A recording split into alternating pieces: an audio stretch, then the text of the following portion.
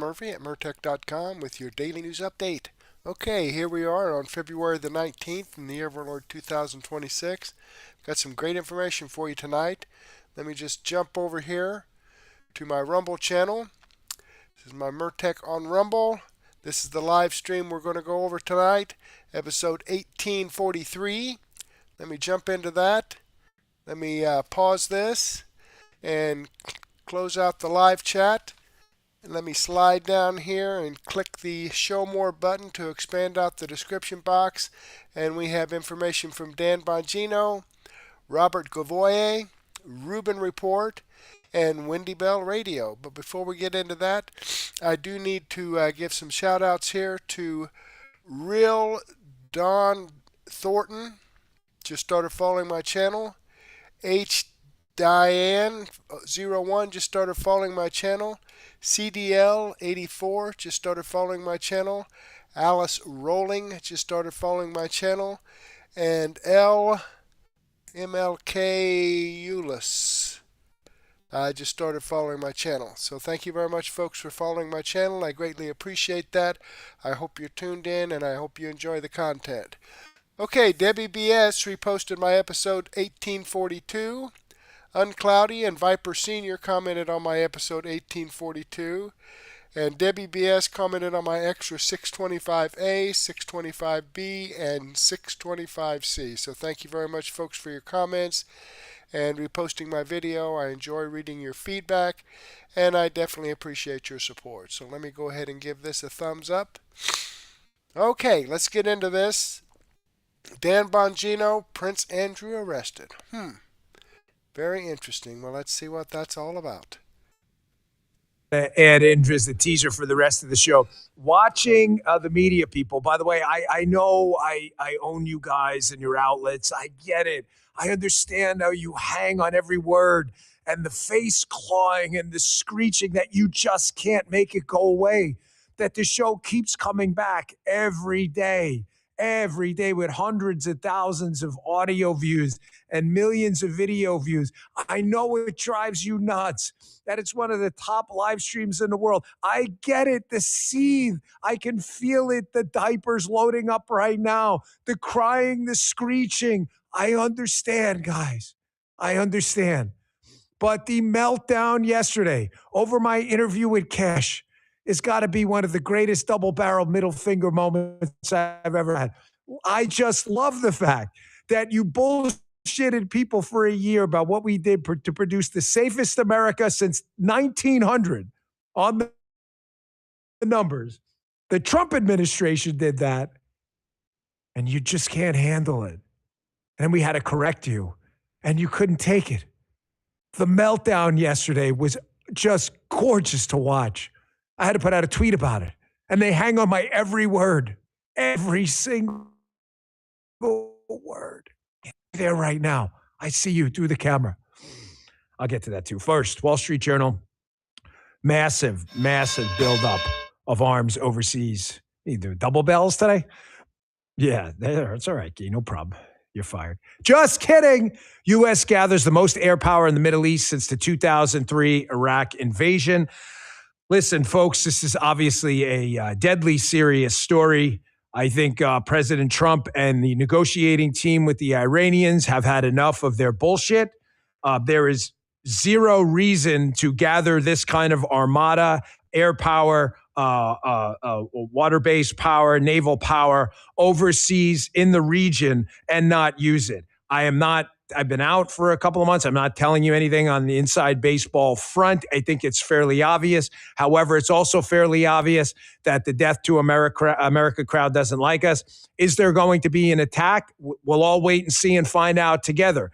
But this is definitely some gunboat diplomacy, and the president's clearly pissed off at this point that the Iranians, even after the devastating attack on their nuclear facility, cannot seem to get their shit together. And you had one of their PR officials the other day, these Iranian flacks out in the street talking about basically President Trump can't do anything. He said, the Iranians, it's all crap. You guys are full of. I'm not sure that's helping. When you're like a Brock Lesnar type, You know, Brock Lesnar, the WWE UFC guy, was a wrestler in college. The guy's just a man beast. I use this guy all the time because he's probably like one of the most frightening human beings on the planet. If you saw this guy in a dark alley and he had bad intentions, 99.999% of men are totally screwed. The guy would kill you in a second with his bare hands, right? You don't go up and poke the bear. You don't walk down the alley. You just let him walk by. Sometimes you're just going to lose. And the better part of valor is sometimes to just walk away. You don't go up to go, hey, Brock, let me test this out. There's no testing out. You're going to get your ass kicked and probably get your neck broken too. The Iranians, you never negotiate like this on the violence end, when violence will be the end game, when you don't have the ability to follow through. It's clear as day they don't have the ability to withstand the U.S. assault. We broke down their air defenses in seconds. And listen, I know there's a lot of disagreement within the Republican tent. That you don't need me to tell you that's okay. You're all free people. You can think for your own. I'm telling you, from my perspective, that's a good thing. It's good that Republicans from the libertarian, conservative, MAGA wing, there's a lot of overlap amongst those three wings. There isn't. Foreign affairs is one of those areas where there's pretty much three distinct wings here, maybe more. There's a lot of disagreement on what should happen in Iran. You are entitled to your own opinion. But President Trump, ultimately in the end, is the CIC commander-in-chief, and he's going to make that call. I'm just telling you that this is really expensive to do this, really expensive to engage in this military buildup like this. There's very little chance they're doing that without some intent to use gunboat diplomacy for something, some endgame. What that endgame is, we're all going to find out. And listen, keep the disagreement going. That's okay. We're not Democrats. We're not liberals that all parrot the same bullshit message all the time. We're allowed to talk to each other and try to engage in the persuasion game. But the CIC is going to make the call. So you saw yesterday also with the Epstein release, Prince Andrew was arrested, woke up this morning, that had to redo the beginning of the show. Ironically, the beginning of the show today was going to be this Europe, EU trend towards censorship with the Macron thing. I'll tell you what I'm talking about in a minute. One of the most ridiculous public statements I've ever seen from an official out of Macron in France. We had to move that around. So it's interesting that he was arrested last night. And from what we're getting from the early Prince Andrew, of course, and what we're getting from the early reporting is that he was actually arrested at a location and not allowed to kind of turn himself in. So I'm wondering if there's something new they found in the releases that under their law constitutes a crime, because the charge here is misconduct in office. So that we're going to find out as the process evolves. And as the process evolves through their system, their judicial system, now we'll have people under oath talking about what really happened. So it's interesting how it went down. Because typically with someone like that, you would be negotiating with a lawyer in advance and they would turn themselves in. That's not what happened. I want to caution you on one thing, though, here. And by the way, a lot of this information was already out there with regards to Prince Andrew. A lot of it was already out there. So again, I'm wondering if under their laws, so obviously we live in the United States, we're not subject to UK laws. If they found something in there, and what was the urgency to do it then, last night, in the way they did it? We'll be covering this over the course of the coming days. But I want to caution you something. I want to play this Ted Lieu clip in a second, so cue that up. They are clearly using every single opportunity with the Epstein release. Clearly. Using every opportunity. Every comma, semicolon, whatever's in there to try to hover a black cloud over President Trump. Folks, the transparency component and the Trump component are two separate arguments.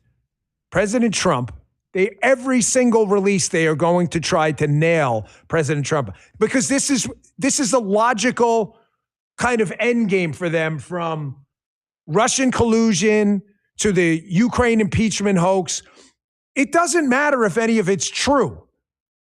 I just want you to be clear on this, whether you're a Democrat, Republican, communist, whatever your political affiliation listening to the show, there is one side of the aisle that is exclusively full of shit.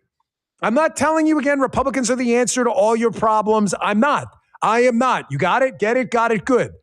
I'm telling you the cause of all your problems and the lack of trust in institutions and the loss of faith in any kind of truth or lodestar when it comes to media, politics, or anything is the Democrats. They lie about everything all the time. Everything. Nothing they tell you about a policy issue, Epstein, healthcare, taxes, the border, nothing is true.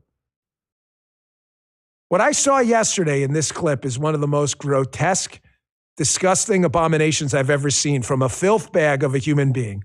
A disgusting piece of filth. Ted Lieu, L-I-E-U. Here's Ted Lieu on the Epstein files and President Trump. Again, if you've got even kids around, this is just disgusting. Check this out. Why are Republicans so interested in Bill and Hillary Clinton? It's because they're trying to distract from the fact that Donald Trump is in the Epstein files thousands and thousands of times. In those files, there's highly disturbing allegations of Donald Trump raping children, of Donald Trump threatening to kill children.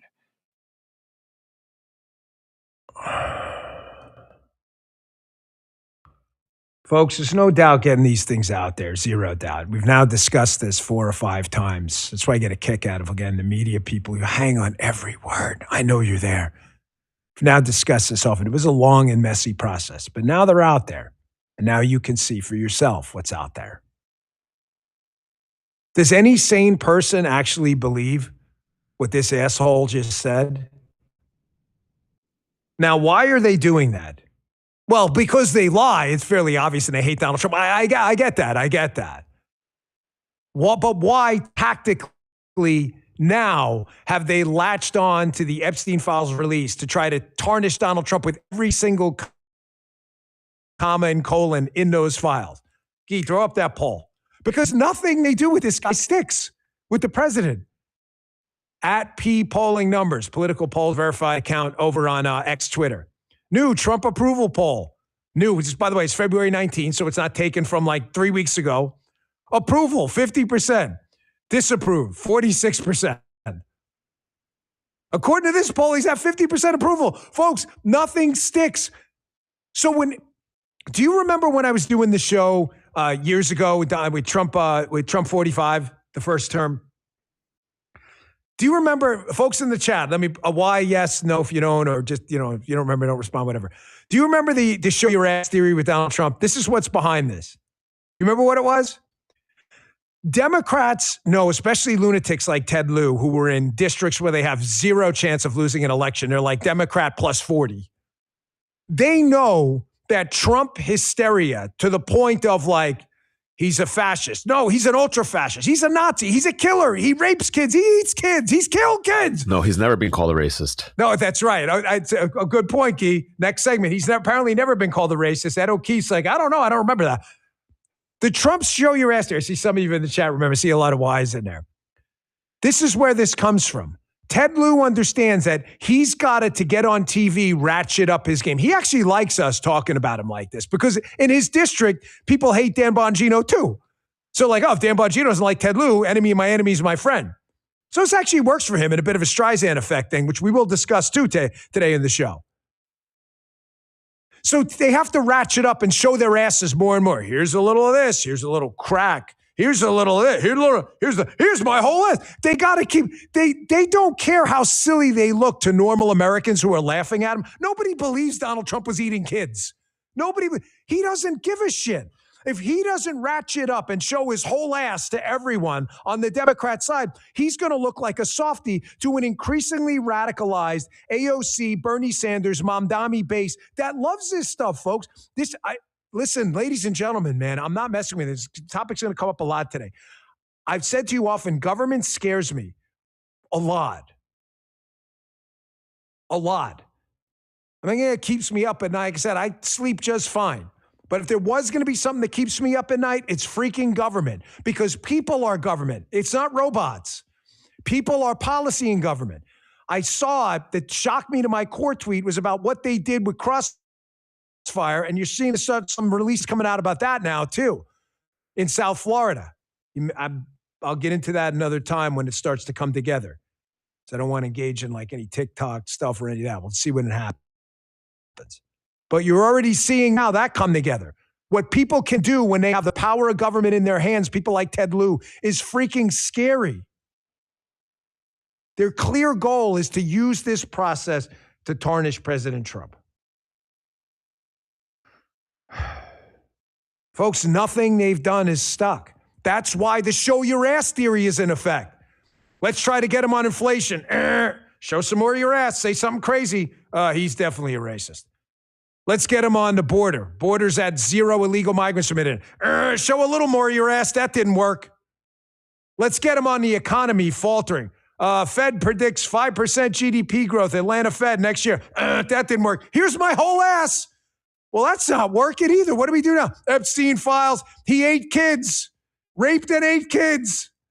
This shit works for them. They're appealing to a bunch of lunatics. This is why these people in charge scares the shit out of me. Folks, these people are freaking nuts. They will lie, cheat, steal, do anything. And when they have the power of handcuffs and bracelets in their hands, I'm telling you, they will do anything. The writing's on the wall here. You saw this approval rate. Nothing they're doing is sticking. You're going to see next. You think this isn't going to get worse? Next, it's going to be like, not only did he eat kids, he cooked them in a stew and tortured them for weeks at a time before he ate them. The people love this shit on the left. That's why you have this mass outbreak of leftist violence, trans violence. They stir people up. Look at what these MAGA people are doing, eating kids.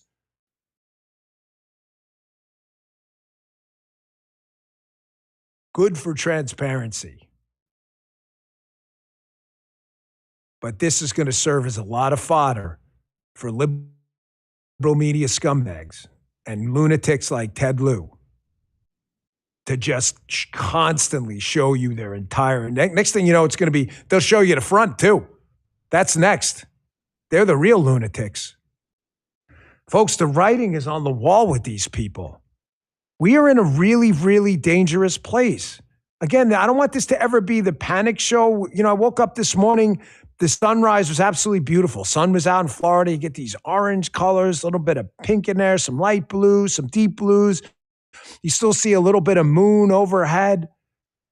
The world's a beautiful place. You got kids. You got soccer games with the kids. You got a great movie to get you all emotional. And you're like, this is supposed to be fake. How is that? The world's full of these beautiful moments. But listen, it's a dangerous place. And you've got scumbags like Ted Lieu out there. And this now cancerous growth on the globe, Emmanuel Macron. When these people are in power, this is the kind of stuff, if men were angels, again, Federalist 51, they're not, you've got to keep a vigilant eye on. The price of liberty is going to be this eternal sense of vigilance. Here's what I'm talking about. This is what I was going to start the show with before this massive amount of breaking news came out this morning. The writing is on the wall. It's not that totalitarianism is decades or 2 decades or a century away. People are talking about totalitarian principles like free speech getting thrown out the window, weaponizing government. They're talking about it right now. Here's Macron. Horrifying that he actually said this publicly, basically attacking the basic tenets of free speech. You're seeing this in the EU now with just a renewed focus on censorship for ideas they don't like. This can turn bad at the snap of a finger, and it already is through the Digital Services Act. Check this out. Free speech is a pure bullshit if nobody knows how you are guided through this so-called free speech, especially when it's to be guided from one hated speech to another hated speech. I just want to have a transparent road through these different speeches, and I want, by the way, to have a sort of public order. I want to avoid racist speech, hated speech, and so on. That's my... And the third one... Who gets to categorize what hate speech and free speech is? Folks, you understand how dangerous this is? They're the ones who want to categorize what hate speech is. And what's hate speech going to be? Tell me in the chat. You know it. You know what's going to be categorized as hate speech. Any speech they don't like that promotes anti-communism, anti-liberalism, anti-progressivism, or whatever euphemism you want to use to call this totalitarian regimes. By the way, Guy reminded me, I'm sorry, I put together the show at the beginning of the show, the last minute. forgot. So forgive me. I'm going to dial this back a little bit, rewind the tape, although we don't use tape anymore. Here was President Trump in a clip we just pulled this morning on Prince Andrew. What was this from, Guy? This is from a long time ago. 2015. Are you in a... Can we get a shot of this, Justin, of Guy? Guy is in like a full...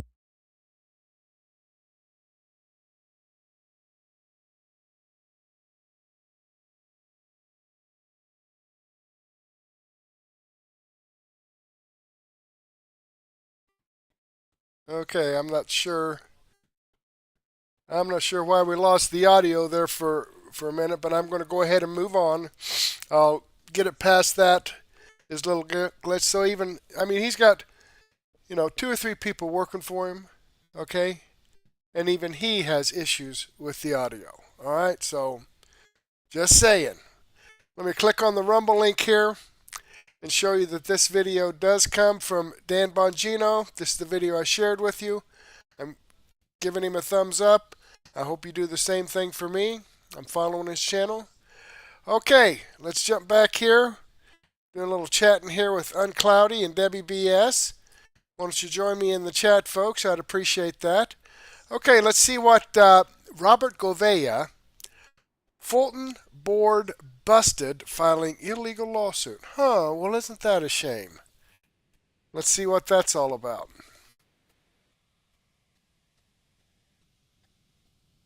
Fraud in Fulton continues. We now have questions about whether the lawsuit that's brought by the Fulton County Commissioners, whether that is even valid and legitimate. We have to pay close attention to dates and to times. And if we remember, the raid to go get those ballots happened back on January 28, 2026. And what we then saw was the Fulton County chairman called Rob Pitts come out and make this announcement. And so let's listen in to this man. Short notice. I mean, I know most of you, but I want to begin by saying that this is the election season nationally, statewide, locally. There's been a lot of speculation about what we are doing, what we should be doing, advice and counsel from all quarters, particularly elected officials, would-be elected officials, and so forth. But I ask you to talk to us before reporting things that may not be factual, because this is a serious case. Now, this morning, Fulton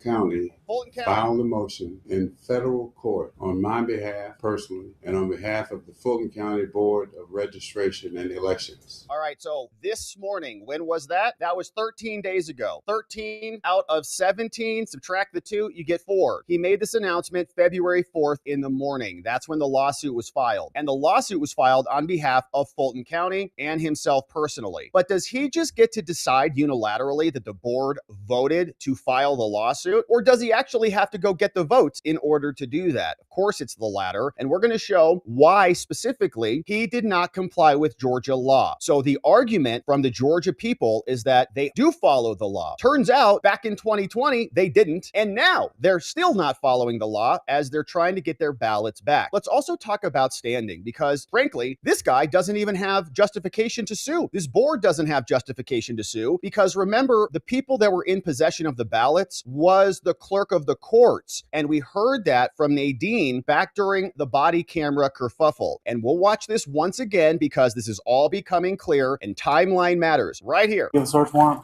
When did they get here? About 12:30. Just unannounced. Unannounced. I'm gonna try and have the names of everybody that was out here. I already know how it's gonna go, but I mean, if they refuse, that's on them. Thank you.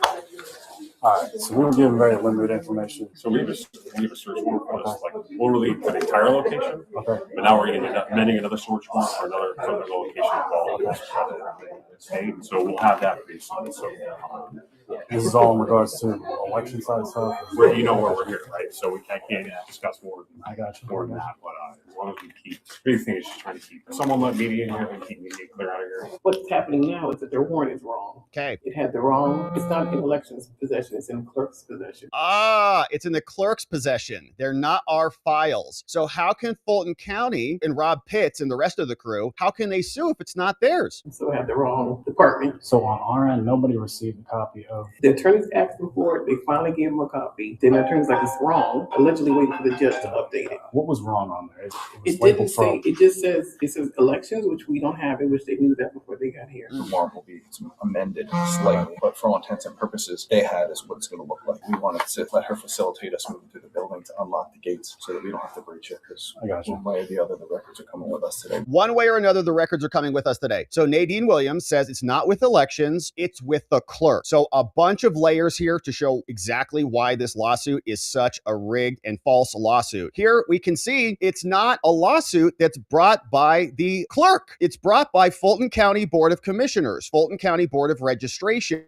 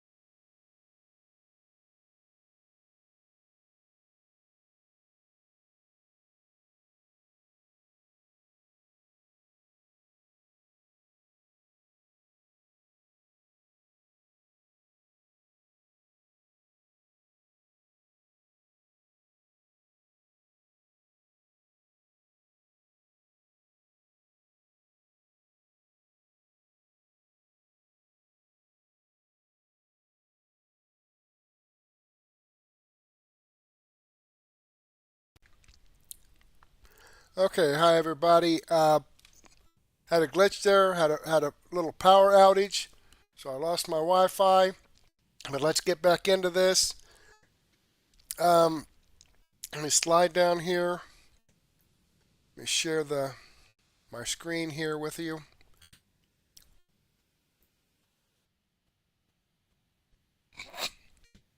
All right, let's get back into this with Robert Gouveia and take it from there. Sorry if you missed some information, but like I said, I had a power outage. My Wi-Fi went down. It just came back up, so here we go.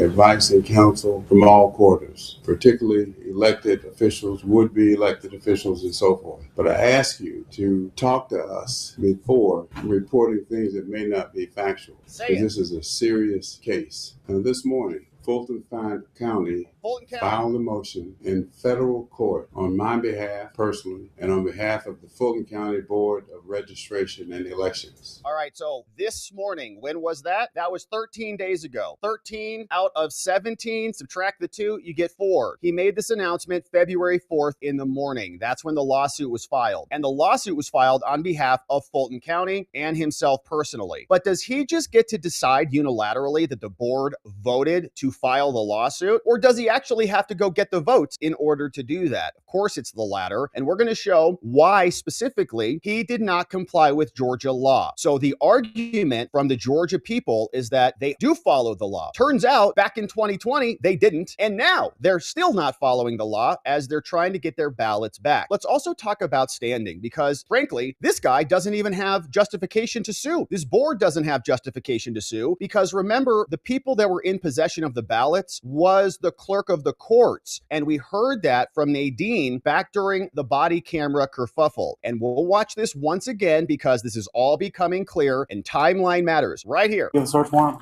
When did they get here? Just unannounced. I'm gonna try and have the names of everybody that was out here. I already know how it's gonna go, but I mean, if they refuse, that's on them. Thank you. All right, so we were given very limited information. So we have a search warrant for this, like literally the entire location. Okay. But now we're going to get amending another search warrant for another location involved in the state. So we'll have that pretty soon. So This is all in regards to election side stuff. where you know where we're here, right? So we can't discuss more I got you. more than that. But as long as we keep, the big thing is just trying to keep someone let media in here and keep media clear out of here. What's happening now is that their warrant is wrong. Okay. It had the wrong, it's not in elections possession, it's in clerk's possession. It's in the clerk's possession. They're not our files. So how can Fulton County and Rob Pitts and the rest of the crew, how can they sue if it's not theirs? So it had the wrong department. So on our end, nobody received a copy of. The attorneys asked them for it, they finally gave them a copy. Then the attorney's like, it's wrong, allegedly waiting for the judge to update it. What was wrong on there?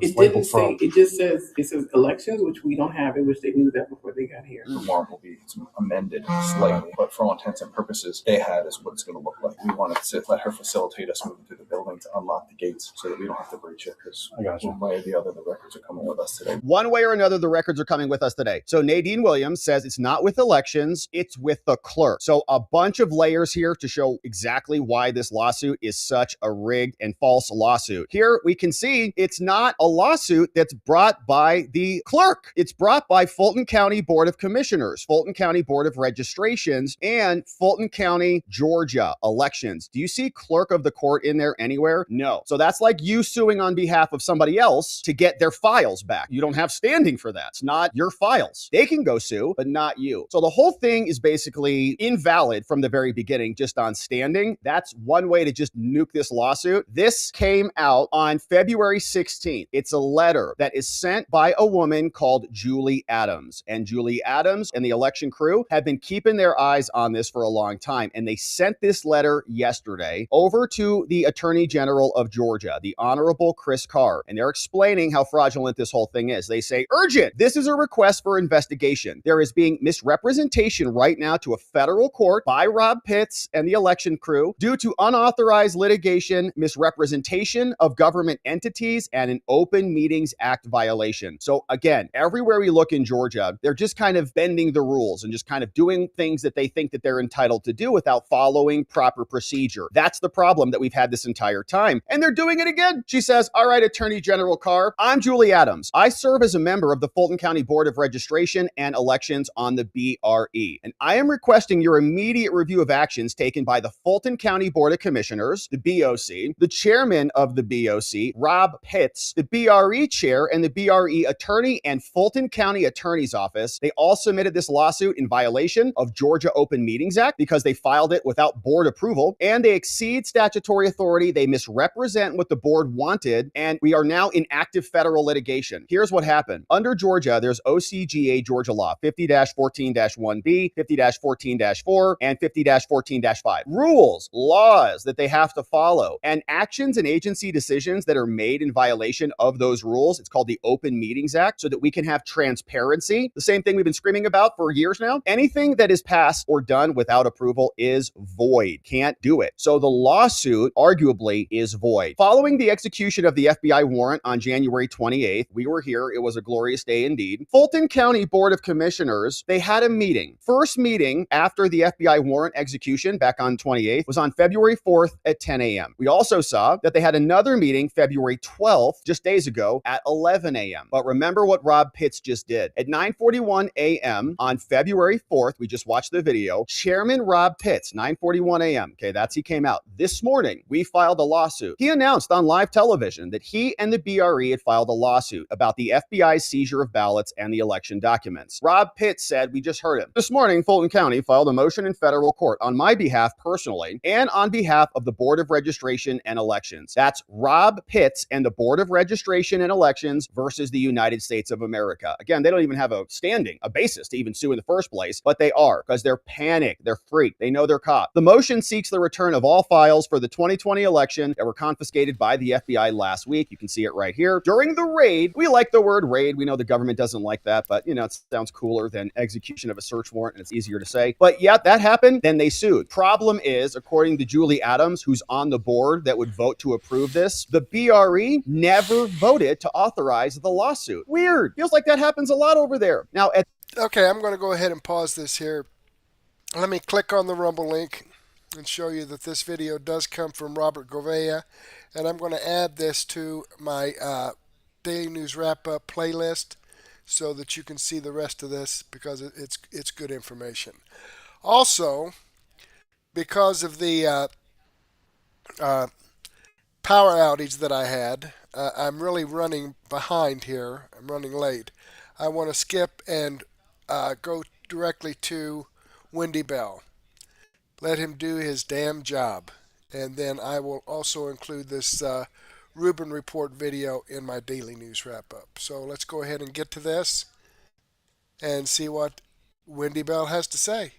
The way in today, what would have to happen to really knock your socks off? Like, what would the news have to be for you to be like, oh my gosh, did you hear blank?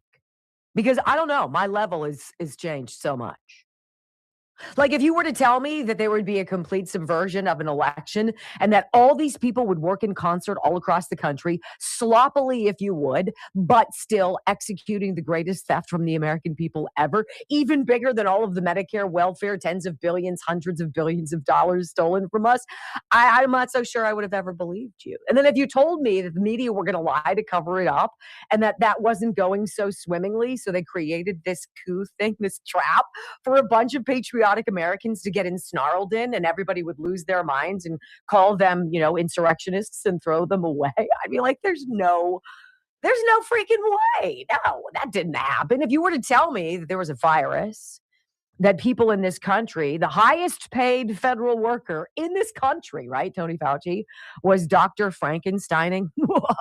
And then he shipped it out to Wuhan and unleashed it on the world, and then millions of people died, and he never went to prison, and he got rich and had 24-hour security. I'd be like, that's so not possible. And yet here we are. Right. And so this Epstein thing, all of these documents, people are getting, digging into these things. And that's, I guess, your prerogative. I'll be honest with you. I really don't want to. My life is complicated enough. I don't need to go down dark holes thinking about how desperate and disgusting people are. I don't want to hear about these things. Now we hear that Prince Andrew got arrested yesterday on his 66th birthday. Like, you can't, really. Can you create something that's more wild? Well, we're going to talk about that later. But Steve Bannon is now percolating into the front and center of some people's news. Not a lot. I searched, and not a lot of conservative media is talking about this. But as a documentary filmmaker, we were told that Steve Bannon was hobnobbing with Jeffrey Epstein long after he was accused of and convicted of being a disgusting sex offender, right? And Steve Bannon hung with him anyway. But now these emails are coming out that in early January of 2019, Steve Bannon was having these email exchanges with Jeffrey Epstein about President Trump. You'll remember he was an advisor. He was some kind of a strategist, Steve Bannon was, for the first 6 months. Literally, he lasted 6 months in Trump's first term before Trump bounced him, and that happened right after Charlottesville. Very fine people, nonsense. And a lot of people in Trump circles were like, Steve Bannon is a drain on you. He's coming out as a nationalist, white nationalist speaker. This is not the time you want to be doing that. You need to cut that dead weight, move along. Trump did.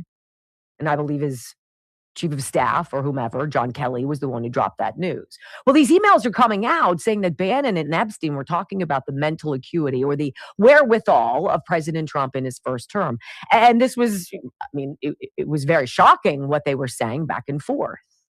In fact, it got so weird in this one instance that Steve Bannon suggested maybe that there be some effort to pull out the 25th Amendment and dust it off, alleging, of course, if you've got the vice president, enough members of the cabinet, you can swoop in and say somebody is unfit or is not serving the job as president to their capacity. Right. And who were suggesting that maybe that Mike Pence should step aside. He's a deep state hack anyway. And that they were going to elevate then Attorney General, Secretary of State, I should say. Was he SOS? Yeah, he was SOS. Mike Pompeo. Right. That they were going to elevate Mike Pompeo and somehow make him president. Like, what? What are you talking about? Well, this was what I heard. I heard of this from Carl Higbie last night.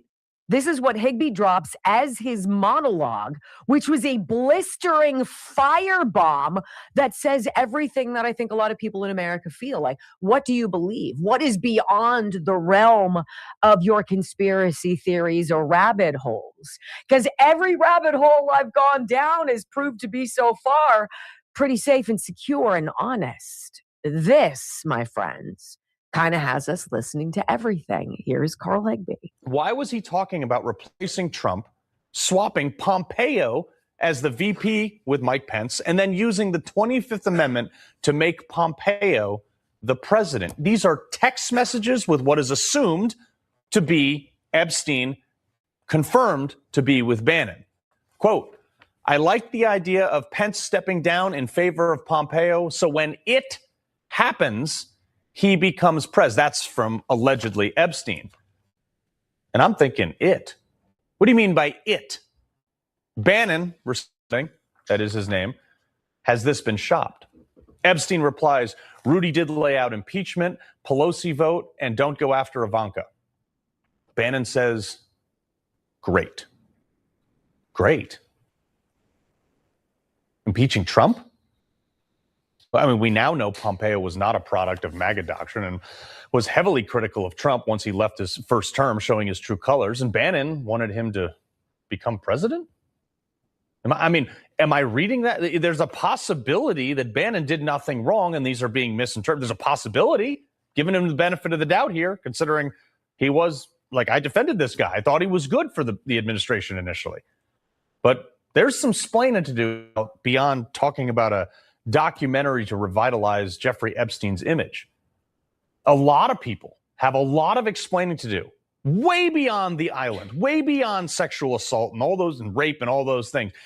The more this stuff comes out, the more people keep getting caught in stuff that makes people like me question absolutely everything. Everything is now up for question. Mostly proving that Trump and all the conspiracy theorists, we were right about a ton of stuff. Keep in mind, first it was the redactions. Okay, we couldn't get all the files. They were redacting them, and then they redacted Les Wexner. Now he's being deposed.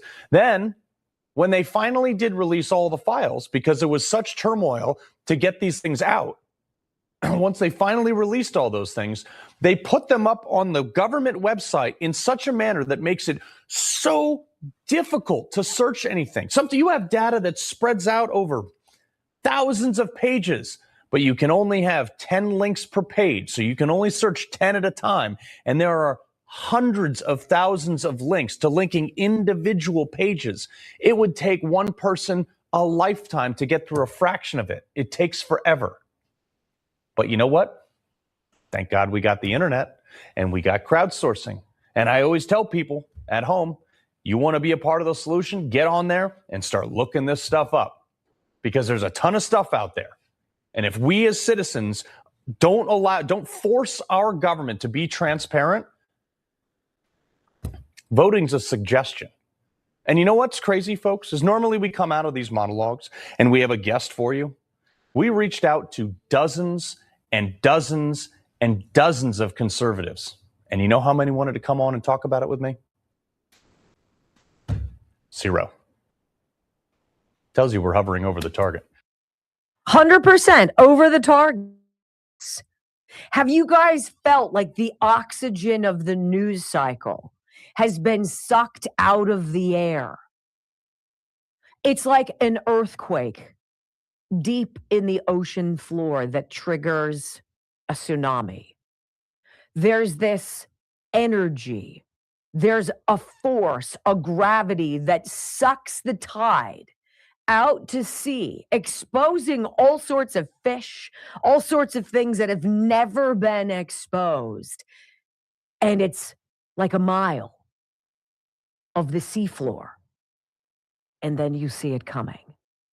A wall of water that absolutely destroys everything in its path, floods everything, and washes it out to sea. It's almost like we're standing at the beach and we're noticing that the beach is getting bigger. The water is moving out. Oh boy, when's the crash? When we come back on the Wendy Bell radio program, let's talk a little bit about some of this new polling that's out. So we were talking earlier this week. Oh, it's all bad for Republicans. Oh, why even try? Throw in the towel. You're going to lose the midterm. President Trump's approval is in the toilet. Give it up, right? Well, then now, 2 days later, the 180, which is, par for the course. We should be questioning everything, right? Indeed. And we shall. Next on the Wendy Bell Radio Network. Right? Like, I don't know what Steve Bannon was doing. Yeah, he was dodging saying. I'll tell you what, that Steve Bannon thing, that's got me puzzled too, because, generally it has some pretty good stuff, pretty positive stuff about Trump. Like this day, Donald Trump is killing the world, right? Everybody loves Donald Trump. 2 days later, oh my God, the guy's the worst ever. Like, how is he ever going to get back? And Democrats, wow, they're looking poised to take over the House in the midterms. And then today, no, man, Democrats, they really need to hear this warning. It's almost like you guys are on a yo-yo. Doesn't it feel like that? Sometimes I feel like that. Just getting thrown out there and you're like, and then it brings you back in. All the while, of course, expecting for you to believe what the numbers say. So Gallup has a new measure of favorability out. Why is anybody doing these polls? It's like nobody has an actual job anymore. So we're going to go out and we're going to gossip about a bunch of people. We're going to put out polls and we're going to be able to twist the results based on how we ask these questions. Come on, it's always been the rub of polling. You can't extract your own inherent bias unless it's the most Melba-toast question in the world, and they are not. So for this, many Democrats apparently still down on the Democratic Party. A new AP NORC poll finds, really not the rebound the Democrats had hoped for after President Trump got back into office. So they've notched a series of wins in some special elections, but only about 7 in 10 Democrats have a positive view of the Democratic Party, according to this new polling. I don't know why that's really all of that significant. Right? In Gallup's measure of favorability, Democrats' positive views of their own party declined about 12 percentage points in the last year. Why would that be? Look, you can only resist Donald Trump for so long because then you do nothing. All you do is create problems. You create madness and chaos. There's always a price tag to clean it up. And lo and behold, who are the morons who flip the bill? We do that. Well, Democrats even saying, can we do something other than resist? Is there any more to your playbook than resisting? Or is that all we've got? It seems like that's all we've got. Harry Enton, meanwhile, must have gotten an earful from somebody over at CNN. They're like, look, we've already lost 2/3 of our viewers. You got to be easy on these people, okay? So Harry has come back after telling us on Tuesday that Trump is just sinking terribly. And he's like, you know what? Things are looking really bad, in fact, for the Democrats. He goes, it looks like Republicans are the favored party when you look at all of the governorships. Got some governorships up for grabs, and it doesn't even look close. So, like, which one is it? Is it good for the Republicans? Is it bad for Democrats? Or is it good for the Democrats and always bad for Trump? I don't know. Listen. Yeah, governors have a whole lot of power, and there's all this talk of a Democratic wave. But the gubernatorial races nationwide should stand as a wake-up call for Democrats, because take a look here. The race raiders, governors post-2026 election, at least tilting to the Republicans. Look at this. A majority, 26. That is, at this point, the number of governors that are expected, at least tilting towards the Republican Party at this point. Democrats come in at just 20. The rest of the races are toss-up. Of course, you sum up to 50. And I will note that the Republicans right now hold a 26 to 24 gubernatorial seat advantage. So at this point, it doesn't look like Republicans on the net and the aggregate are actually going to lose any governorships. In fact, when you add in those toss-ups, they may gain. So this should stand as a major wake-up call to Democrats, because if there's a wave building, it has not, at least at this point, hit the state level when it comes to governorships. I kind of feel bad for the guy, because polling is all, and doing what Harry Enton does, it's like for a living, making a living off of telling people nothing, right? Giving them nothing that is demonstrable, provable, or even that comes through in the end as being correct. And yet you've got to stand up there and pretend like what you're doing is super duper important. I don't believe anything anymore. That's what Carl Higbee was saying. I trust no one. I believe nothing. I'm surprised by almost zero, right? And he goes on to say, he's like, look, Democrats haven't had the majority of governorships since 2010. And even state legislatures are majority Republican. Republicans have held a majority of state legislatures since 2012. And again, this is the longest such streak dating back at least a century in which Republicans have held the majority of the state legislatures. In fact, for much of the 20th century, what you saw was Democrats actually held more state legislatures than Republicans did. And now it is the exact opposite. And if you go state legislature by state legislature, at this point, it seems likely, of course, still uncertain, since we have a number of months until November elections, that Republicans will continue the streak of holding the majority of state legislatures, continue their streak of holding the majority of governorships, and therefore Democrats will be locked out of holding a power in positions that really do determine a lot of the policy nationwide. He even sounds like he's like dragging it out and trying to make something out of nothing, doesn't he? He's trying to say like, oh, look at this. It's really nothing. What he did say is 2012. That is how long Republicans have had state legislature power. We've had the majority. Well, what happened in 2012? Barack Obama's second term, by the skin of his chinny chin, right? He comes out, all the woke nonsense, all of the identity politics, all of the culture warfare, all of the racist mumbo jumbo, feel guilty, shame. We're going to set the door for DEI. And it's so weird because you know what?